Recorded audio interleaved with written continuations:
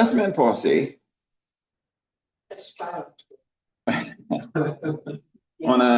nous avons fait quelque chose de nouveau. Et puis, naturellement, c'est important parfois d'être introduit aux différentes choses. Donc, on a commencé le thème la semaine passée avec le mot gratitude.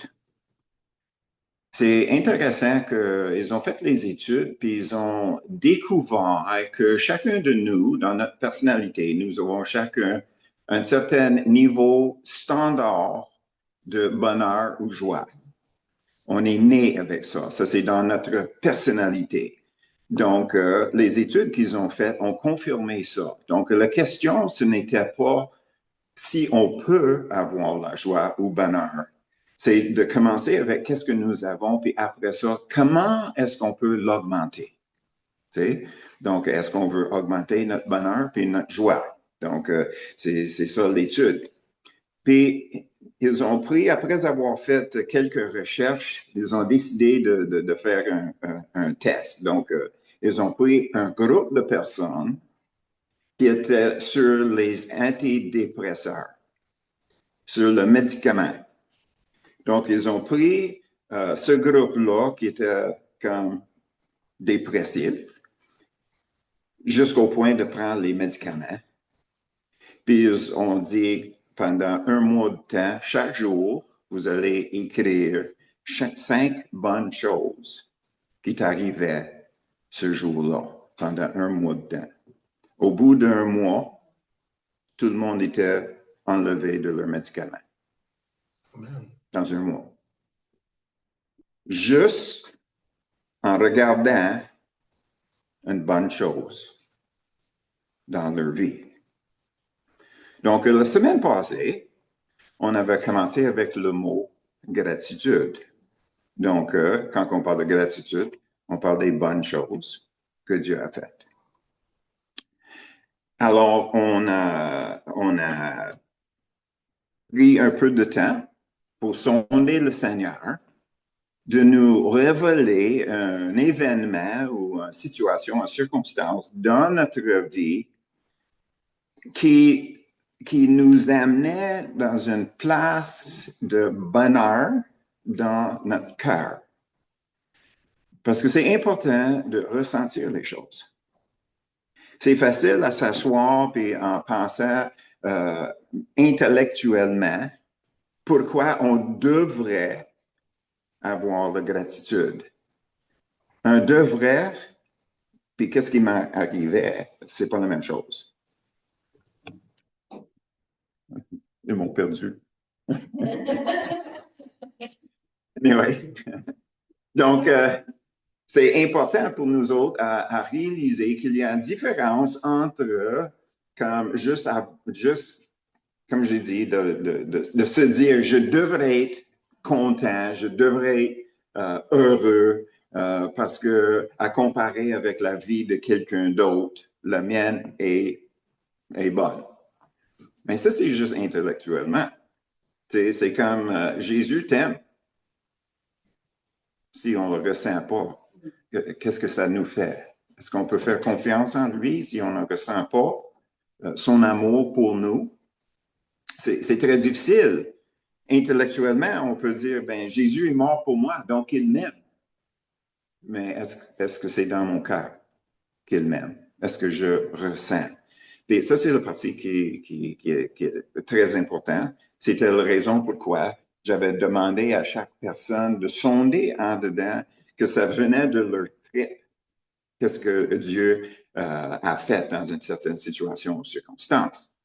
Puis de là, naturellement, il y avait un certain aspect dans notre vie, dans notre cœur, qui nous a touchés. Et c'est de prendre cette situation-là et là, après ça, on s'est ici, puis on demandait au Seigneur de nous inspirer comment faire un dessin. Donc, après ça, naturellement, on a fait le dessin. Donc, on était impliqués dans tout ce processus-là On était impliqués spirituellement. On avait demandé 2 fois pour l'inspiration sur l'événement, puis l'inspiration, comment le décrire dans un dessin. Donc, on parle d'inspiration, donc on parle d'une partie en nous qui est spirituelle. La partie en nous qui est spirituelle reçoit de Dieu, donc le mot inspiration, révélation, un autre mot. Puis là, suite à ça, c'est toujours de le revivre et de l'exprimer. Et la raison pourquoi je commence avec ça, puis on va commencer où ce qu'on avait terminé la semaine passée. Et ça, c'est dans l'Écriture 1 Corinthiens 2. 1 Corinthiens 2.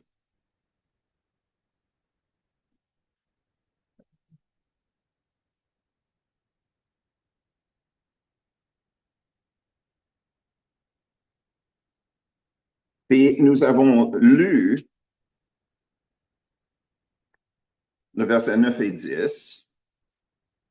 Comme il est écrit, ce sont des choses que l'œil n'a point vues, que l'oreille n'a point entendues et qui ne sont point montées au cœur de l'homme, des choses que Dieu a préparées pour ceux qui l'aiment. Le verset 10. Dieu nous les a révélés par l'Esprit, car l'Esprit sonde tout, même les profondeurs de Dieu. Donc, on voit ici que c'est facile ici, là. C'est pas difficile à comprendre. Dieu a préparé les choses pour nous qu'on ne peut même pas s'imaginer. Mais si on veut savoir c'est quoi, il fallait qu'on reçoive ça de lui, n'est-ce pas? C'est impossible pour nous autres aller chercher quelque chose que Dieu ne veut pas nous dévoiler. Ça dépend entièrement sur lui. Donc, nous avons regardé dans le verset 12, où ce que ça dit, nous n'avons pas reçu l'esprit du monde, mais l'esprit qui vient de Dieu afin que nous connaissions les choses que Dieu nous a données par sa grâce. Puis finalement, nous avons le verset 14 qui dit, l'homme naturel n'accepte pas les choses de l'Esprit de Dieu car elles sont une folie pour lui et il ne peut les connaître parce que c'est spirituellement qu'on en juge. Donc, un autre mot pour spirituellement, c'est par discernement. Donc, c'est très important pour nous autres de réaliser que nous sommes dépendants sur Dieu, mais toutes choses viennent par discernement spirituel. Alors, nous pouvons savoir, mais en même temps, est-ce que nous avons une responsabilité dans ça? Comme que nous avons fait la semaine passée, la responsabilité qu'on avait, c'est qu'on prenait les choses de Dieu et là, on a fait un dessin. Donc, ça, c'était la partie où on était impliqué. Recevoir et après ça, de démontrer. C'est important pour nous autres à réaliser que qu'est-ce que Dieu fait et il a fait pour nous, c'est à cause de qui il est. C'est à cause de qui il est. Donc, ça commençait avec la personne de Dieu. Puis après ça, c'était exprimé. Puis c'est la même chose avec nous autres. Il fallait qu'on commence avec qui nous sommes. Et ça, c'est la partie que Dieu veut modifier. Mais aujourd'hui, j'aimerais qu'on puisse se voir avec notre tête. Dans une boîte. Dans une boîte. Quelqu'un, c'est facile à dire, ben, sortir de votre boîte. Oui, mais comment est-ce qu'on peut sortir de notre boîte? On ne sait pas qu'est-ce qui est à l'extérieur. Donc, comment est-ce qu'on peut aller le chercher? Et ça, c'est quelque chose qui est aussi important pour nous autres. Souvent, on est capable de dire qu'est-ce qu'on ne veut pas. Mais est-ce qu'on est capable de dire qu'est-ce qu'on veut? C'est pas une question qu'est-ce qu'on ne veut pas. Il y a beaucoup de choses qu'on ne veut pas. Je veux pas ça, je veux pas ça, j'aime pas ci, j'aime pas ça. Ça, c'est juste naturel. Mais avec les choses de Dieu, c'est pas qu'est-ce qu'on ne veut pas. Tu sais, on ne dit pas je ne veux pas être malheureux. Je veux être remplir de bonheur, heureux. Donc, d'essayer de regarder les choses qu'on n'aime pas, c'est comme regarder en arrière. Hier, j'ai vécu ça, donc j'avais cette attitude-là, j'avais ce comportement-là. C'est toujours, ben, j'aimais pas ça, j'aimais pas ça. Donc, c'est de changer un peu notre perspective pour qu'est-ce que nous voulons. Puis là, qu'est-ce qui arrive, c'est que Dieu il peut avoir quelque chose à œuvrer avec. Là, il peut dévoiler. On peut dire, non, je ne veux pas ci ou ça, mais j'aimerais ça. Puis là, Dieu peut dévoiler à nous qu'est-ce qu'il a préparé pour nous, qu'on puisse avancer. Et j'amène ça à cause d'une prophétie qu'on avait eue ici, que Jésus, c'est le chemin. Ben, un chemin, c'est un indice de mouvement. S'il n'y a pas de mouvement, on n'a pas besoin d'un chemin. Hein? Tu sais? Si on ne bouge pas, si on n'est pas supposé de bouger, Jésus, c'est le champ. Oui, ou bien un stationnement, c'est ça. Donc, on entend une parole comme ça, puis nous avons deux choix en ce moment-là. OK? On peut prendre un moment en disant, OK, sur un chemin, quand on avance sur un chemin, qu'est-ce qui nous arrive? Bien, il y a le parti qu'on vient de passer, il y a le parti qui est autour de nous, puis il y a le parti qu'on voit en avant. Donc, quand que Jésus a dit « Je suis le chemin », c'est quoi l'indice? On regarde en arrière? Qu'est-ce qu'on n'aime pas? Non, on regarde en avant. OK? Donc, maintenant, c'est clair dans notre tête. OK? Donc, qu'est-ce qu'on fait avec ça? Est-ce qu'on dit « Merci Seigneur » puis on s'assoit? Non. Nous avons un rôle à jouer dans ça. La première partie, c'est que le discernement. Qu'est-ce que Dieu dit? Qu'est-ce que Dieu a dit? Ça, c'est la partie spirituelle. Ça, c'est la partie de discernement. Parce que quand on peut entendre une prophétie particulière et un d'un, on réalise, ça, c'est pour une autre personne. Ou ça, c'est pour moi. Puis c'est par le discernement spirituel qu'on sait est-ce que Dieu me parle ou bien est-ce que Dieu nous parle ou est-ce que Dieu parle à quelqu'un d'autre. Parce que si Dieu parle à un autre, ça ne m'implique pas. Mais si c'est pour moi, l'autre personne ne le reçoit pas parce qu'il réalise ça c'est pour l'autre personne, c'est pour moi. Donc, moi, je dois réaliser quand que Dieu me parle. OK? Puis là, qu'est-ce qu'on fait? On dit, ah, merci Seigneur. Non. Non, ça c'est le début. Ça c'est le début. Dieu dit qu'il y a des choses qu'on ne peut pas connaître avant qu'il les dévoile. OK? Qu'est-ce qu'on fait? Mais Seigneur, dévoile.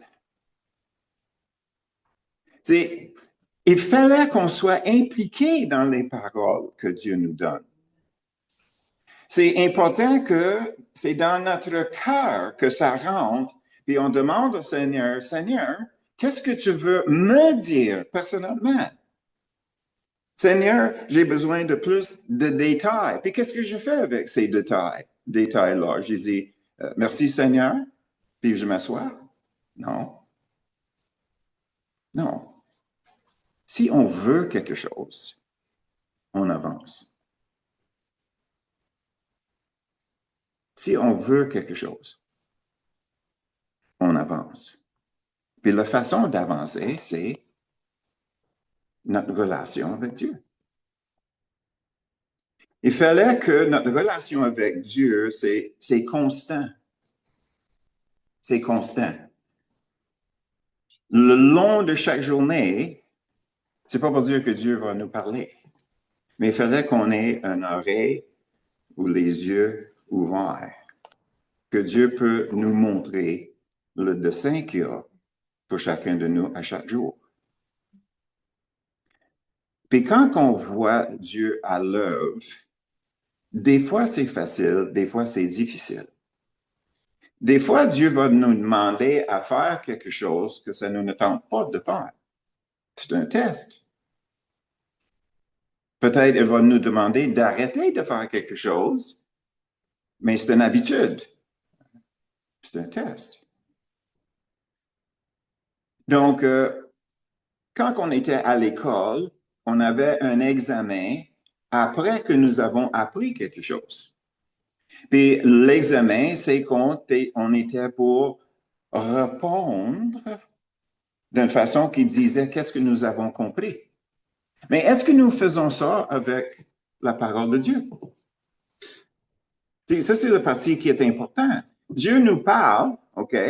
Puis là, qu'est-ce qu'on fait? C'est que, OK, qu'est-ce que j'ai compris? Puis une fois que nous savons qu'est-ce que nous avons à apprendre, OK, maintenant, qu'est-ce que je fais? Donc, nous avons entendu, Jésus, c'est le chemin. Puis, OK, qu'est-ce qu'on fait après ça? OK, Seigneur, tu es le chemin. Vu que je te connais, puis je vais vivre de bonnes choses et je vais vivre des difficultés, des temps difficiles. Parce que répondre à Dieu, c'est très, la plupart des fois, ça demande qu'on change. Moi, je vais dans cette direction-là. Dieu dit, ben, moi, en parlant de Dieu, moi, je veux aller par là. Nous avons une décision à faire. Mais si nous n'avons pas établi une relation avec Dieu qui est constant comme ça, qu'est-ce qui arrive? C'est qu'on commence à s'endurcir en dedans. On rentre dans nos habitudes, incluant la façon qu'on pense. Nos habitudes, la façon qu'on pense. Donc, pour nous aider à sortir de là, ça prend la gratitude, le remerciement. C'est de ramener à nous autres-mêmes les choses que Dieu a déjà faites, qui nous démontraient qu'il nous aimait, qu'il avait un plan pour nos vies, qu'on peut se faire confiance en lui quand il nous demande à changer. Ce n'est pas juste changer pour changer, c'est changer pour le meilleur. Pas toujours le bonheur au début, parce que c'est pas facile de changer, on sait.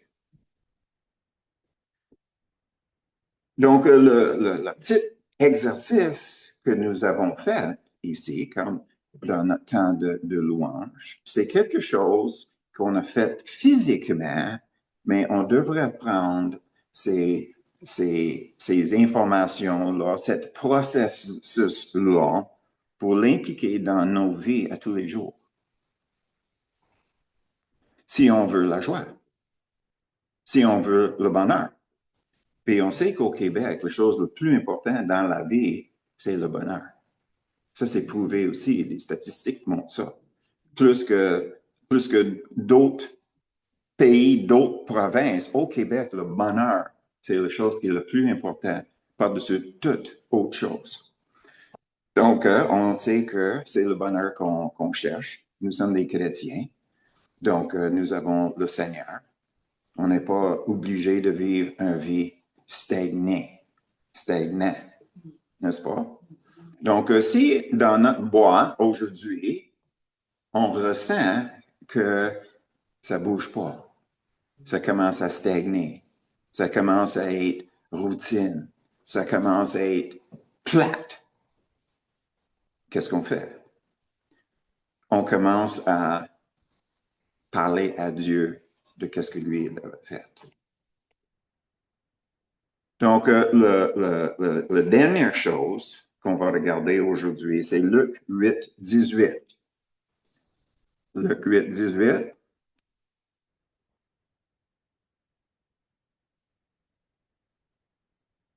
Puis peut-être,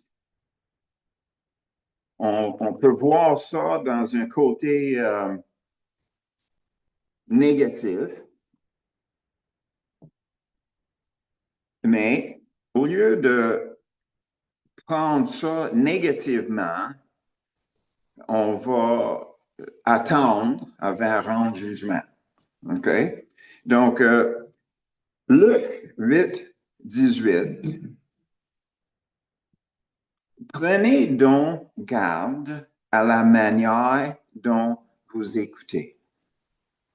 Écoutez qui? Seigneur. Oui, écoutez Dieu. OK? Donc, prenez donc garde à la manière que vous écoutez Dieu. Car on donnera à celui qui a, mais à celui qui n'a pas, on ôtera même ce qu'il croit d'avoir. Qu'est-ce qu'il pense? Le danger, c'est que le plus longtemps que nous sommes des chrétiens, on crée un standard pour nous. Si je fais ça, puis ça, puis ça, puis ça, puis ça, si je ne fais pas ça, puis ça, puis ça, tout est beau. OK? Je viens de fermer ma tête avec une boîte. Parce que c'est pas vivant, ça. Ça, c'est comme les commandements personnels. Donc, le mot-clé ici, c'est qu'est-ce qu'il pense qu'il a. Donc, la façon que Dieu marche, c'est qu'il nous donne quelque chose et après ça, il va regarder qu'est-ce qu'on va faire avec ça. Est-ce qu'on va le laisser tomber à terre? Est-ce qu'on va se lever pour un bout puis après ça lâcher? Est-ce qu'on est tellement préoccupé qu'on n'a pas le temps pour développer dans la direction que le Seigneur nous amène, ou bien est-ce que finalement, Dieu va avoir une récolte dans notre vie? Donc, je ne l'avais pas dit, mais juste avant ces versets-là, si on regarde les versets 11 à 15, ça parle du semeur.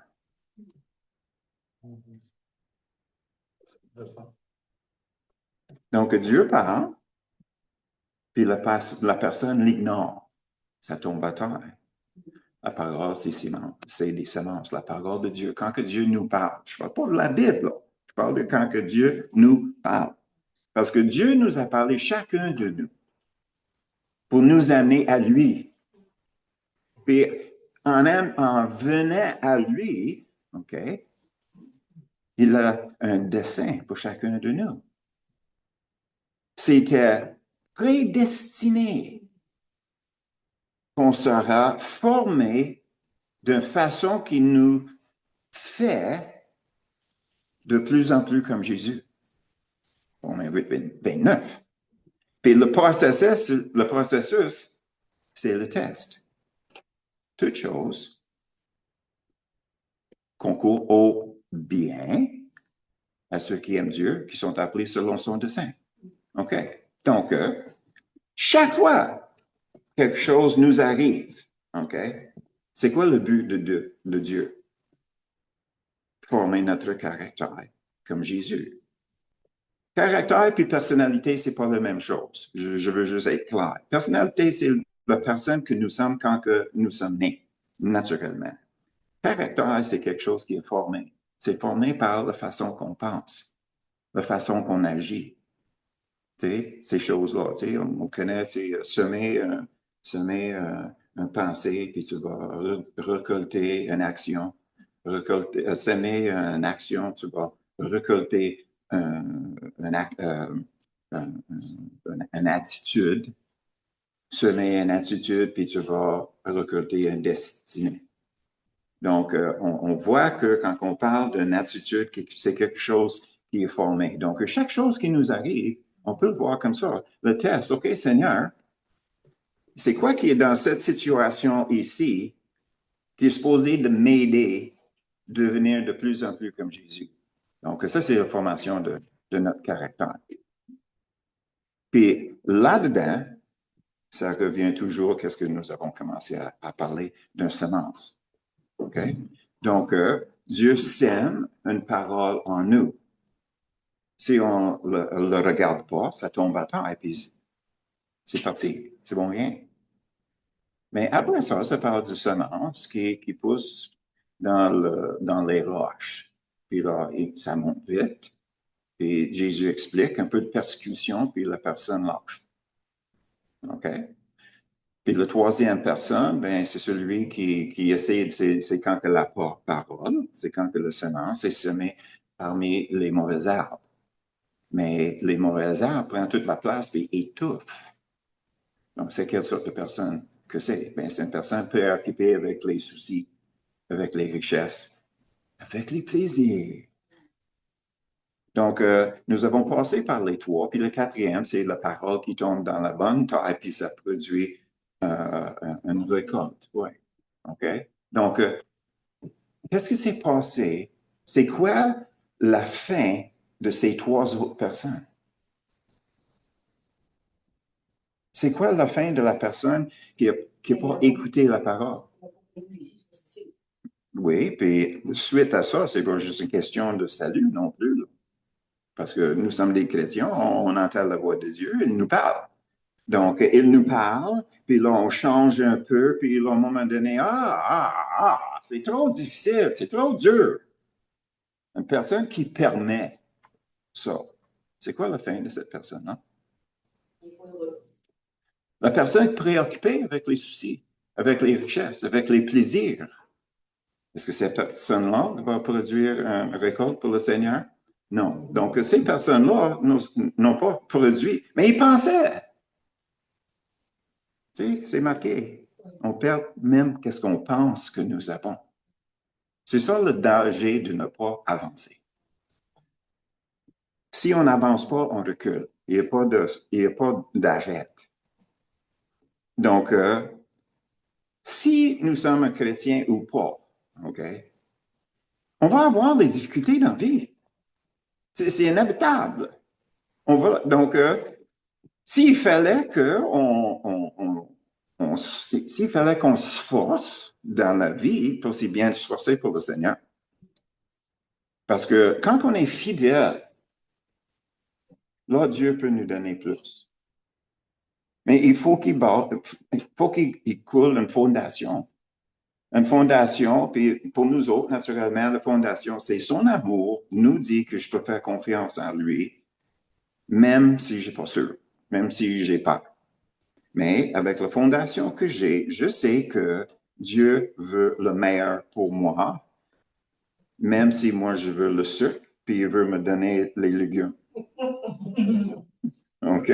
Parce que nous, de nature, on veut juste se gâter. On veut juste le sucre. On veut juste qu'est-ce qui goûte de bon. Mais nos parents ont dit non, non, non, non, non, non, non, ça prend ça, ça prend ça, ça prend ça. Il fallait que tu manges ça, puis il fallait que tu manges ça, puis ça, puis ça. Donc, qu'est-ce qui arrive, c'est que, est-ce que c'est si différent que Dieu? Puis ils disent, OK, ça c'est une situation de légumes ici. Oui, j'aime pas les fèves jaunes. Pas grave. C'est ça qui est sur ton assiette. Donc, qu'est-ce que tu vas faire avec? OK? Est-ce que tu vas juste le tasser? OK, ben, crève d'abord. C'est un peu dur, là, mais qu'est-ce qui arrive? Un autre assiette arrive, OK? Broccoli. Oh, broccoli. J'aime pas le brocoli. Crève d'abord. C'est enlevé. Tu me suis. Vous me suivez, n'est-ce pas? OK. Il y a deux morts.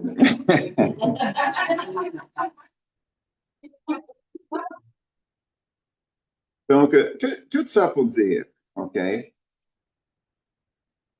nous avons raison pour faire confiance à Dieu. Mais, il fallait qu'on l'écoute. Mais pour le bonheur, gratitude.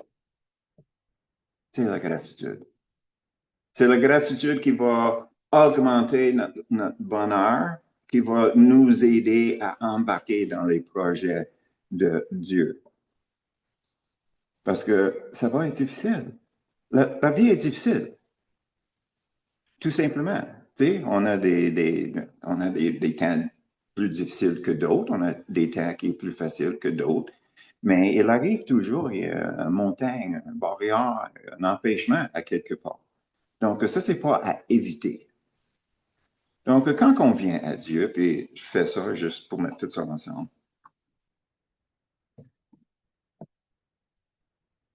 on commence avec la réalité de qu'est-ce que Dieu a fait pour nous. On commence avec ça. Ça va monter en nous, ça va monter dans notre cœur, la réalité qu'on puisse faire confiance à Dieu. Donc, on dit, Seigneur, je t'aime. Père céleste, je t'aime. Jésus, je t'aime. Saint-Esprit, je t'aime. Puis c'est pas juste pour le dire. Est-ce que nous connaissons Dieu le Père? Est-ce que nous connaissons Jésus? Est-ce que nous connaissons le Saint-Esprit? Parce que même si c'est Dieu, puis ils sont tous en accord les uns avec les autres, chacun a un rôle particulier, n'est-ce pas? Le Père va décider quand que c'est le temps que Jésus retourne. On a appris ça quand on a fait l'étude sur les noces. Te souviens-tu? C'est le Père qui décidait et c'est lui qui annonçait le noce. Puis c'est là où l'épouse retourne à la maison du Père avec l'époux. Donc, on voit ici que dans les Écritures aussi, Dieu le Père a un certain rôle. Jésus est venu pour nous démontrer qui est Dieu de nature, puis comment vivre comme un être humain qui appartient à Dieu. Donc, lui, il avait un rôle, puis c'est plus facile pour nous autres, vu que nous avons les Écritures, de dire, oh, je t'aime, Jésus. Et Jésus a dit, moi, je pars, je t'envoie le Saint-Esprit. Écoutez-le. Donc, il y a une autre relation qui est là. Il a dit, écoutez-le, mais c'est lui qui va dévoiler qu'est-ce que moi je dis, puis le plan de Dieu. Mais c'est quand même à travers de lui, puis lui est personnel. Il va œuvrer avec nous dans une façon qui est personnelle, pas intellectuelle telle qu'elle, mais personnelle. Donc, on devrait le connaître. Parce que ça va nous amener à la place, en le connaissant, qu'il puisse se manifester. Puis ça, c'est l'objectif de Dieu. C'est que le Saint-Esprit peut se manifester à travers de nous et aussi en nous. Donc, est-ce qu'on commence à voir un peu loin sur le chemin où Dieu veut nous amener? Il veut nous amener dans une relation avec lui, c'est de plus en plus profond et de plus en plus spécifique, qu'on puisse avoir cette relation avec les trois personnes de Dieu. OK? Je sais que ça, c'est beaucoup pour ce matin. Mais de l'autre côté, ça revient toujours à la même chose. Okay? Notre relation avec Dieu, le discernement qui est nécessaire pour connaître Dieu, pour connaître la direction dans laquelle on devrait bouger, pas s'asseoir, mais bouger.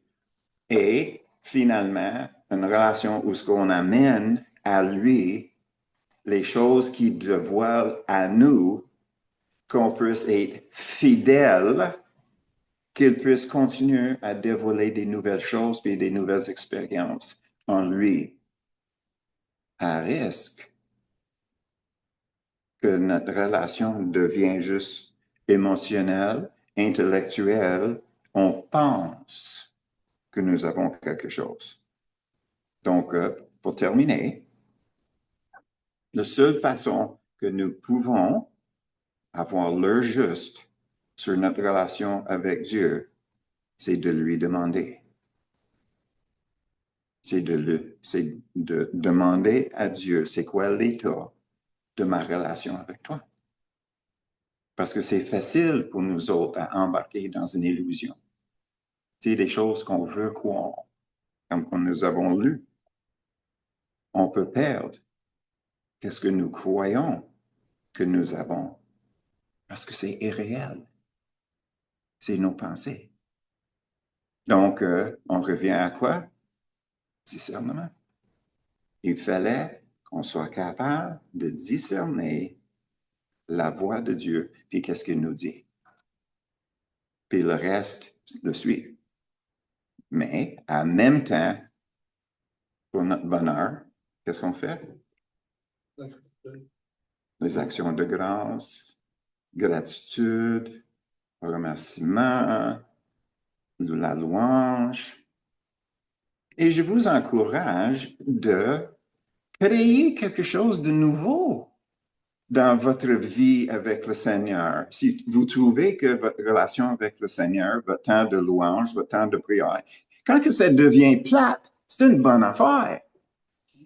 C'est une bonne affaire quand que c'est plate. C'est parce que Dieu veut souffler de la vie là-dedans.